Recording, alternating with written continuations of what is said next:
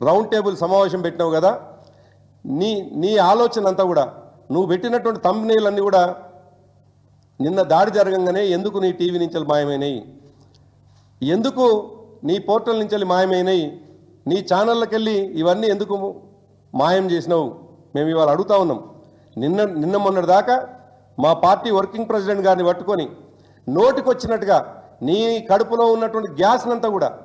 నీ దుర్మార్గమైనటువంటి మాటలన్నీ కూడా, నీకు ఇష్టం లేని తెలంగాణ వచ్చిందనేటువంటి ఒక అక్కసు నీ కడుపులో ఉంది కాబట్టి ఆనాడు తెలంగాణ వద్దని ఆంధ్ర ఎన్జిఓలతోటి ఎల్బీ స్టేడియంలో సభ నిర్వహించడానికి కారకుడైనటువంటి నువ్వు ఇవాళ తెలంగాణ వచ్చినటువంటి సందర్భంలో మళ్ళీ మీ బాసు నీ గురువు అయినటువంటి చంద్రబాబు నాయుడు ఆంధ్రలో ముఖ్యమంత్రి అయితే ఆయనకు వెన్నుదన్నుగా నిలవాలని, తెలంగాణ అస్థిరత్వంగా ఉందని, తెలంగాణలో గొడవలు జరుగుతున్నాయని ఇక్కడ ఉన్నటువంటి పెట్టుబడిదారులు చివరికి